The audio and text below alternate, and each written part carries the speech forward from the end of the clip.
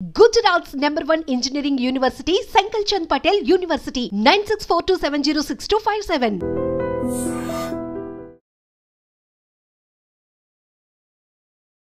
Hi hello నమస్తే welcome back to iDream media. ఈరోజు మనతో ఉన్నారు హైకోర్టు అడ్వకేట్ అలాగే ఇమిగ్రేషన్ లాయర్ అయిన పృథ్వీ గారు. ముఖ్యంగా H1Bలో I-140 రూల్ అనే దాని గురించి తెలుసుకుందాం. ఇది ఎవరికి వర్తిస్తుంది, ఎవరు దీంతో యూటిలైజ్ చేసుకోవాల్సి ఉంటుంది అనేది.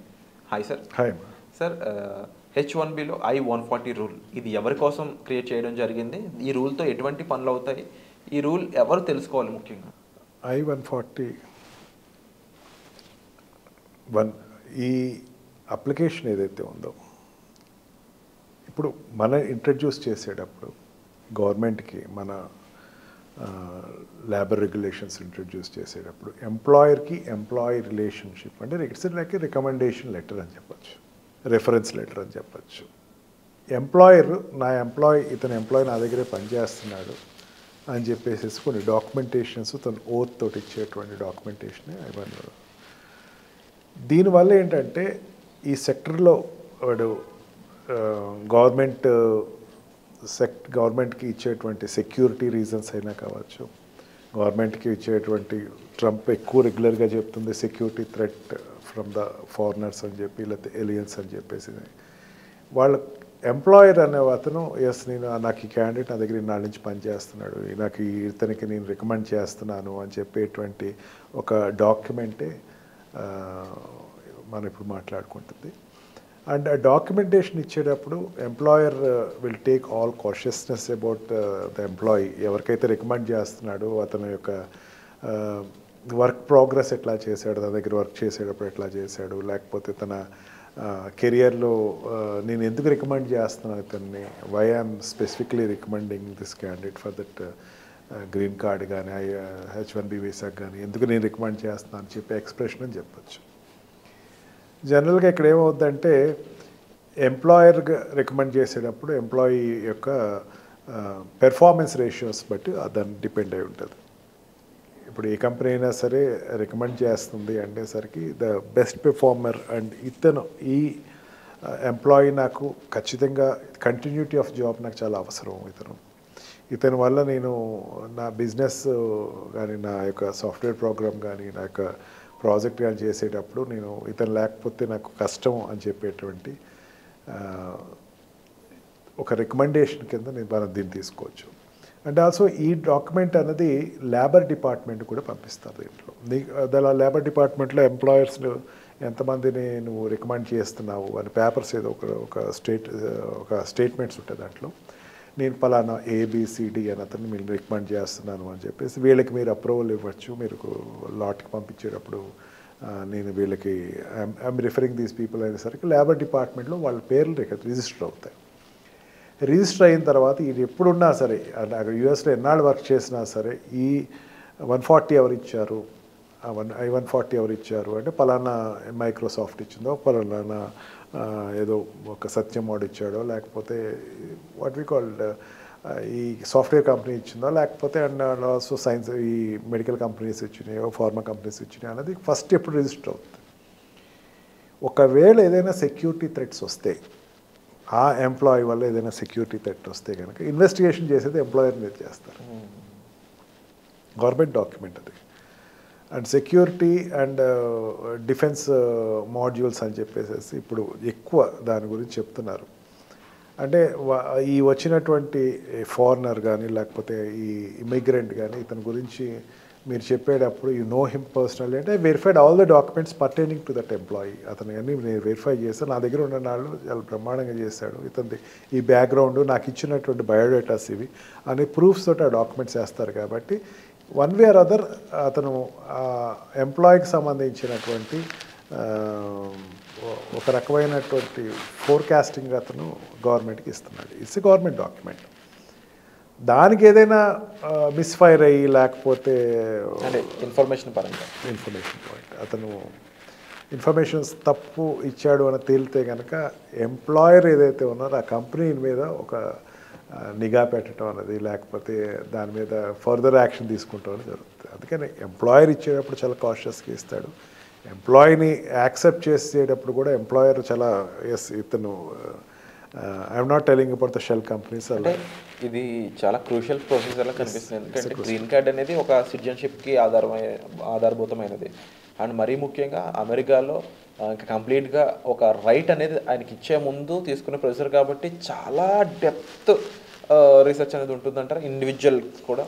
ఖచ్చితంగా అతని పెర్ఫార్మెన్స్ ఎక్కడెక్కడ కంపెనీలోకి వచ్చాడు అనుకోండి, H1Bలో లేకపోతే L2లో L1లో చేస్తా L1 ఇచ్చాడు అనుకోండి. L1లో ఇచ్చిన తర్వాత వీళ్ళు ఇతనికి గ్రీన్ కార్డ్ని రికమెండ్ చేస్తున్నాను అంటే India is not recommending, or a country pattern country ఉన్నా ఆ కంట్రీ రికమెండ్ చేయట్లేదు, ఎంప్లాయర్ రికమెండ్ చేస్తున్నాడు. అంటే ఈ రిఫరెన్స్ ఇచ్చేటప్పుడు అతనికి పూర్తి పూర్వపురాలు, అతను నాకు జాబ్ చేసినప్పుడు ఇంత స్ట్రిక్ట్గా లేట్ అవర్స్ కూడా పనిచేశాడు, ఇంత స్ట్రిక్ట్గా నా ఎకానమీని పెంచాడు ఇతను, I can recommend him strongly. And also I know about his background, because whenever he take leaves he used to give explanation very క్లీన్గా ఇచ్చేవాడు అన్నది వెరిఫై చేసుకుని అతను గ్రీన్ కార్డ్ ఇవ్వచ్చు. గ్రీన్ కార్డ్ ఇవ్వటం అంటే పర్మనెంట్ రెసిడెన్సీ ఇచ్చినట్టు. ఇక్కడ అతను ఉండొచ్చు, ఇక్కడ మన అమెరికాలో ఉండొచ్చు. Employer is nothing but American person, American company, American ఇంకో అమెరికన్ రికమెండ్ చేస్తున్నాడు, ఇంకొక ఎన్ఆర్ఐనో లేకపోతే ఒక ఎంప్లాయర్నో రికమెండ్ చేస్తున్నాడు అంటే ఆ కాషియస్ 100% వాళ్ళు తీసుకుంటారు. ఇతను ఇక్కడ ఉండటం వల్ల నా కంపెనీకి డెవలప్ అవుతుంది అన్నది ఎకనామికల్ వాళ్ళ బిజినెస్ కోణంలో వాళ్ళు చూస్తారు. ఇవన్నీ చూసి ఒక గ్రీన్ కార్డ్కి అప్లై చేసేటప్పుడు కంపెనీ ఇస్తుంది. అన్లెస్ వాడు స్టాండర్డ్గా పనిచేసినటువంటి కొత్తగా వచ్చిన ఎంప్లాయీకి అయితే ఇవ్వదు ఎంప్లాయర్. అందుకే స్టాండర్డ్గా తన దగ్గర పనిచేసే వాళ్ళకి అతని పెర్ఫార్మెన్స్ చూసుకుని అతని యొక్క రేషియోస్ చూసుకుని వాళ్ళు రికమెండ్ చేయడం జరుగుతుంది. దాన్ని బట్టి గ్రీన్ కార్డ్ లాట్కి వెళ్తాడు. గ్రీన్ కార్డ్ లాట్కి వెళ్ళాడంటే రిఫరల్ ఎవరు ఇచ్చారు, పలానా వాళ్ళు ఇచ్చారు. రేపొద్దున ఏదైనా సరే అక్కడ 9/11 చాలా ఎక్కువ దుడుస్తారు. ఎప్పుడు రాకూడనేటువంటి దౌర్భాగ్యం కంట్రీకి వచ్చిందని ఫీల్ అవుతూ ఉంటారు. అందుకని ఏంటంటే ఈ డాక్యుమెంటేషన్ అనేది చాలా స్ట్రిక్ట్ చేస్తారు. తర్వాత నుంచి ట్విన్ టవర్స్ ఇష్యూస్ దగ్గర నుంచి బాగా స్ట్రిక్ట్ చేయడం జరుగుతుంది. అందుకని ప్రతి డాక్యుమెంటేషన్ ఇండియన్స్ ఇంకొంచెం ఎక్కువ కాషియస్గా ఉండాలంటారు. డెఫినెట్గా కాషియస్గా ఉండాలి. మన ఎంప్లాయర్ మనల్ని రికమెండ్ చేసి గ్రీన్ కార్డ్ కోసం అప్లై చేస్తున్నాడు అనేసరికి we must be very much what you call trust believer to our company. Submitting of documents ఏ విధంగా ఉంటుంది సార్ ఇందులో? ఏది డాక్యుమెంట్స్ సబ్మిట్ చేయాల్సిన అవసరం ఏమైనా ఉంటుందా, ఏముంటుందంటే? ఒక లాట్కి వెళ్ళిన తర్వాత మనం చేయాల్సింది ఏమీ ఉండదు. ప్రతిదీ employer will take the care. Okay, premium కట్టి కూర్చుంటాం తప్ప ఏదైనా premium is also not mandatory to that. Me premium తీయలేదు ఇంకా, ఇప్పుడు ట్రంప్ ప్రీమియం మీద కూర్చోలేదు, ప్రీమియం నువ్వు కట్టేసి కూర్చో. బట్ అబ్జర్వ్ చేస్తూ ఉండు, నీ ఎంప్లాయర్ ఏమైనా ఇన్ టైంలో పంపిస్తాడు. వాట్ ఎవర్ ద డాక్యుమెంట్, నువ్వు పనిచేసిన డాక్యుమెంట్స్ అన్నీ నువ్వు గ్యాదర్ చేసి ఎంప్లాయర్కి ఇస్తే ఎంప్లాయర్ ఏం చేస్తాడు, గ్రీన్ కార్డ్కి లాట్కి పంపిస్తాడు.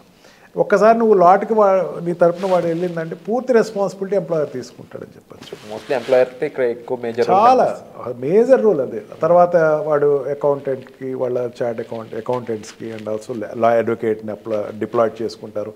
అడ్వకేట్స్ ద్వారా ప్రాసెస్ చేస్తారు, కన్సల్టెంట్స్ ఉంటే దాంతో ప్రాసెస్ చేస్తారు. Anything which they have to complete June లోపల అన్ని ఏదైనా డాక్యుమెంటేషన్స్ అన్నీ కంప్లీట్ చేసేసుకుంటారు.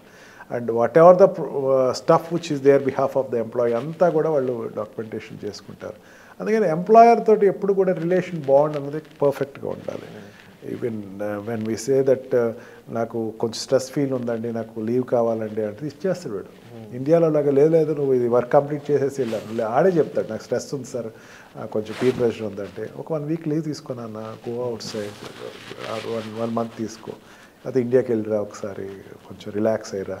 ఎందుకంటే ప్రెషర్ ఎక్కువ ఉంటుంది ఎంప్లాయీస్కి, చాలా ప్రెషర్, కాంపిటీషన్ ఉంది ఇప్పుడు, అందుకని ప్రెషర్ చాలా ఎక్కువ ఉంది. ఈ ప్రెషర్లో ఏంటంటే నాకు కొంచెం I'm feeling little bonded and burden అంటే please take leave, we can postpone your schedules and we can get it అంటే చాలా ఈజీగా కూల్గా చెప్తాడు. దే విల్ అబ్జర్వ్, క్లయింట్ తోటి వాటి మాట్లాడేటప్పుడు వెరిఫై చేసుకుంటూ ఉంటారు. అండ్ హాస్పిటల్ సెక్టర్స్లో అయితే పేషెంట్స్ తోటి ఉండేటువంటి బిహేవియర్ చూస్తారు. And how they are verifying with that consultancies చూస్తూ ఉంటారు. ఇవన్నీ వెరిఫై చేసుకుంటూ ఉంటాడు ఎంప్లాయర్ అనేవాడు. నిజంగా ఇండియాలో ఈ సిస్టమ్ కనుక ఇంట్రడ్యూస్ అయితే కనుక అద్భుతం అని చెప్పచ్చు. ఇక్కడ ఎంప్లాయీ రిలేషన్షిప్ అంతా go with political and other reasons బాగోదు అనడానికి మెయిన్ రీజన్ కూడా ఏంటంటే సార్, ఒక కైండ్ ఆఫ్ ఇన్సెక్యూరిటీ ఇద్దరి మధ్యలో వాడు వీడిని ముంచేస్తాడు, వీడు వాడిని ముంచేస్తాడు, వీడు షూట్అవుట్ చేస్తాడు. యుఎస్లో అట్లా ఉండదు. దే విల్ గివ్ కానీ ఒకటి మన దే విల్ ఆఫర్ కాఫీ అంటారు. కాఫీ ఆఫర్ చేశారంటే షూట్ ఇట్ అవుట్ అండి. అది మాత్రం చాలా కాషియస్గా వీడు ఎప్పటికప్పుడు చాలా నిజాయితీగా ఉండి నిజాయితీకి వాల్యూ ఎక్కువ ఇస్తారు అక్కడ. వర్క్ నువ్వు చేసిన వర్క్ అప్రిసియేషన్ ఉంటుంది.